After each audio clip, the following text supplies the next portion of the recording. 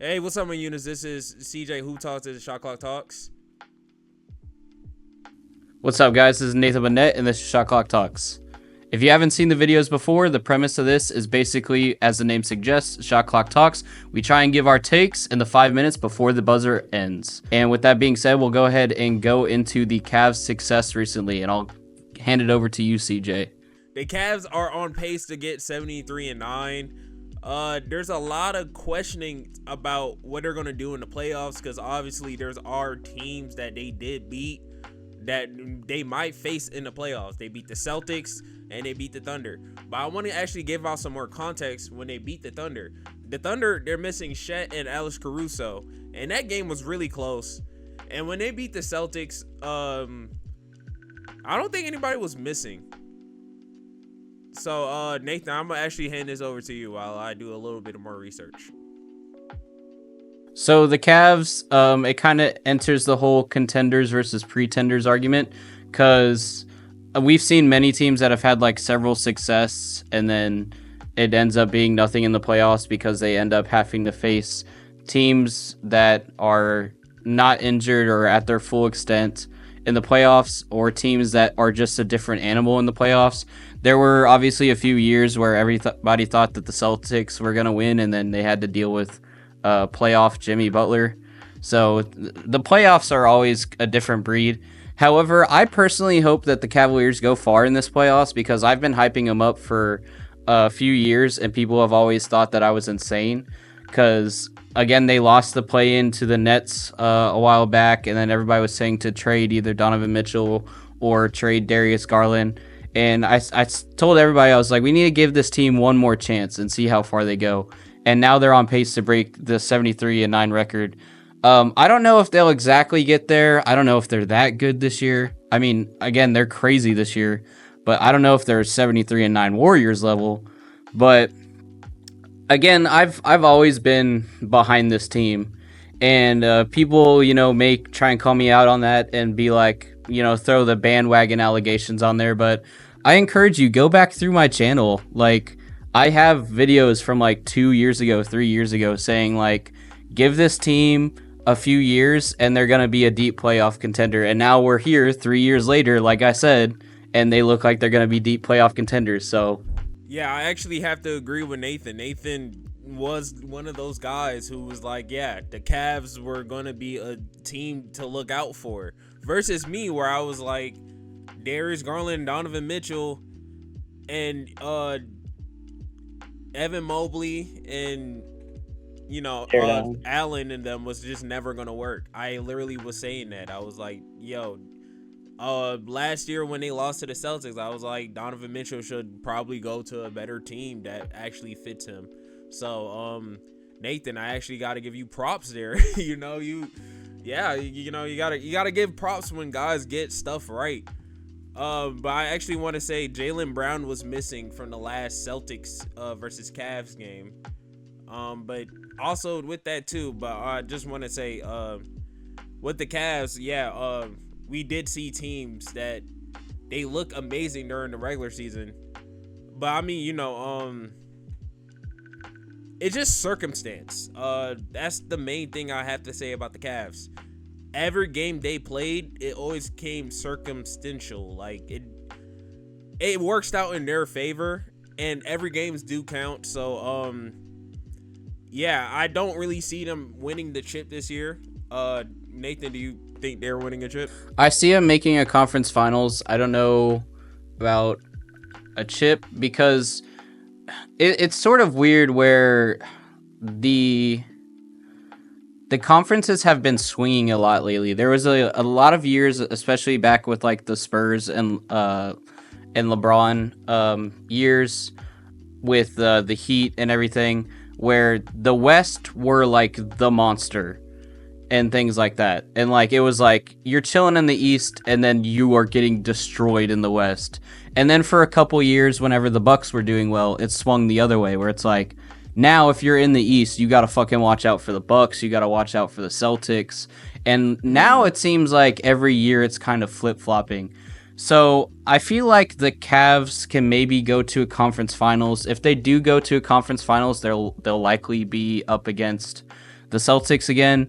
What I would really like to see personally would be a Thunder versus Nuggets conference finals, and then a Cavs Celtics conference finals, and then we get Thunder versus Cavs like we did in the finals, because the Thunder Cavs game was one of the most viewed games this year.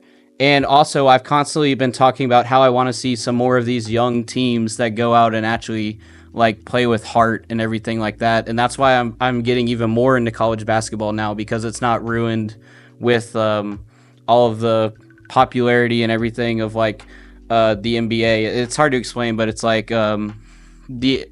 we talked a bit about it in like a previous episode where like in the NBA everybody has to like look out for their personal brand and their agents and things like that, versus college basketball I feel like is more raw. In a sense, it's hard to explain, especially with us trying to stay within the time limit. But I that's why I like seeing younger players, and why I always talk about like, the new generation and reigning in the new generation. So I think a Thunder's Cavs would really be refreshing for the league, to be honest. I don't know if it's going to happen, but that's personally what I would like to see, even as a Spurs fan. Thunder's Cavs. Yeah. This is actually we're about to be over the time limit, but this is gonna be my last thing I want to say about that. The Cavs are 0-8 versus top 3 seeded teams in the East. So that's something that's concerning. Actually, I don't know if that stat is true, if they beat the Celtics. So I think that stat is kind of outdated. But yeah, that's something that you actually have to worry about, because stats don't lie, especially when it comes to certain things like that. So we're gonna get into our second one, where we're talking about the Kings. Their current win streak. I think they're on a 7-game win streak.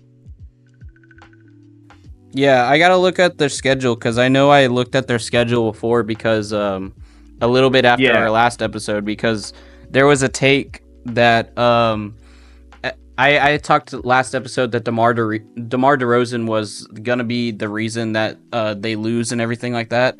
And then immediately after that episode came out, they went on a crazy win streak, and so everybody was saying like, "Oh, this guy doesn't know what he's talking about. DeMar's carrying the team, all that." But I looked at the Kings' schedule, and I want you guys to listen to like what the loss streak and what the win streak was.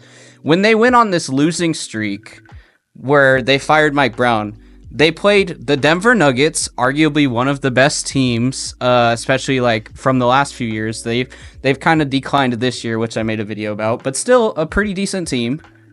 They played the Lakers twice, which can go either way.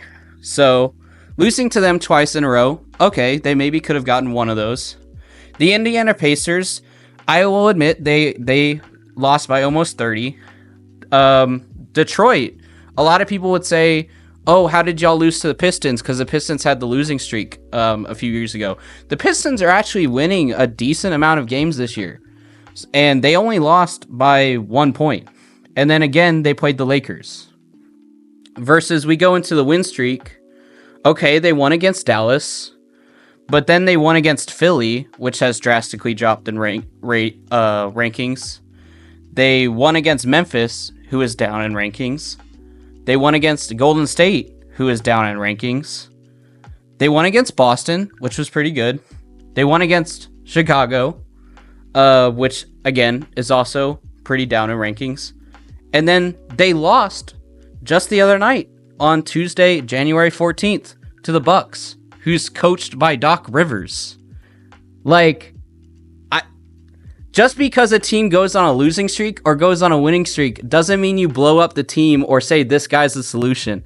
So many NBA fans, and I love y'all to death, because after all, y'all NBA fans are my fan base and like my viewers and subscribers. So I don't want to call all y'all out and antagonize all of y'all, but it is such a problem with just sports fans in general, to where they immediately jump to a conclusion anytime anything happens. Like, it happens in football, it happens in baseball, it happens in every sport, where somebody will win a game and they'll be like, this guy's the greatest player of all time. and then like there's like a draft pick and he loses like his first 3 games and they're like, this guy's a fucking bust, he's terrible. It's like, y'all gotta wait shit out sometimes. Like, don't immediately just like, and I know that the NBA, that's the point of the NBA media. They have to stay relevant, they have to push what's happening, and they want to push that narrative to you. They want to push like, oh, Mike Brown was fired and now look at all these wins. Like, Mike Brown was the problem. They want to push that narrative to you because it gets you to click on it. But at the end of the day, it's just not the truth. If you think that DeMar DeRozan is going to carry the Kings to a deep playoff run, they're gonna lose the play-in. DeMar DeRozan's gonna leave the Kings again, and then they're gonna be in another 10-year playoff drought. Unless they sign somebody else in free agency and reconstruct the team all over again. It's just what's going to happen. I don't know why y'all suddenly think that DeMar DeRozan is going to single-handedly carry this team and why Mike Brown was the problem. Mike Brown was the solution and y'all got rid of him. Just because y'all won a couple of games doesn't mean that he was the problem. Y'all are going to lose more games. Y'all are going to be like a 55% win team, and that's going to be the end of it. I agree with Nathan 100%. And I'm actually going to put more context with the Kings, because the Kings, they've been on a fraud watch. Look, I like Keon Ellis, but when they you brought up on their win streak how they beat the 76ers. No Joel Embiid. When they beat the Mavericks, no Luka. Exactly. Like, come on now. The Warriors, they suck. They're playing Buddy Hield minutes. Like, come on now. They're playing Buddy Hield minutes in the great 2025 after 15 games. We all know Buddy Hield sucks after that. Come on, bro. The only team they it was actually a good look was the Celtics. Yeah. Everybody know the Heat. The Heat kind of sucks right now. Like, come on now. Bam was missing goddamn interior post hooks. Like, come on, bro. And then you have the Jimmy Butler drama too. Like, come on. They're going through so much. And they beat the Bulls. Oh, wow. The Bulls. Everybody beat the Bulls. Everybody beat. Look. The Grizzlies, that's another team that I really feel like, okay, that's a team that they beat. But guess what? No Ja Morant. Yeah. No Ja Morant. Like, come on, bro. Come on. Yeah, so they're on a crazy fraud watch. Yeah, that's it was just unfortunate timing how we just made that video. We were just like, oh yeah, these guys are just, it's like the same thing with the James Harden thing, where we was like, yo, James Harden, yeah, he of course these guys they're not gonna win a chip, even when Kawhi Leonard comes back. And guess what? As soon as we made that video, they went on a crazy win streak. And, nothing changes. Nothing changes, bro. Like, come on, bro. Nothing changes. And then they got exposed by the Bucks. Like, when you're losing to the Bucks that's led by Doc Rivers. Oh, that Cavs 0-8 thing, that was actually the Bucks. I mixed the two teams. Yeah. I thought you texted me about the Bucks, but yeah. That was definitely about the Bucks. Because we're already past the time limit. But guys, please go subscribe to Nathan Burnett. I'm actually gonna probably drop this video on Friday, hopefully. This is Shot Clock Talks. Everybody, we're trying to be more consistent. Last week, I couldn't really do it. This is on me. It was just the noise. I don't want the noise. I've been trying to fix this noise problem since moving back in to where I'm at right now. Nathan, you got anything else you want to say? What's up, guys? I'm Nathan Burnett. I try and upload every Thursday, podcast every other week, and then scripted documentary videos every other week. So they flip-flop. And then Shot Clock Talks, I try and upload around every Saturday.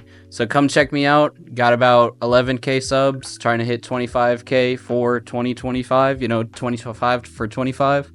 So come check me out, all that good stuff. Check out CJ as well. Go check out CJ Hoop Talks on on YouTube, and it's CNB Talks now on Instagram, right? Yeah, CMV Sports Talk. Nathan, I don't know why you shooting for 25. You mean 100K, man? Like, come on, bro.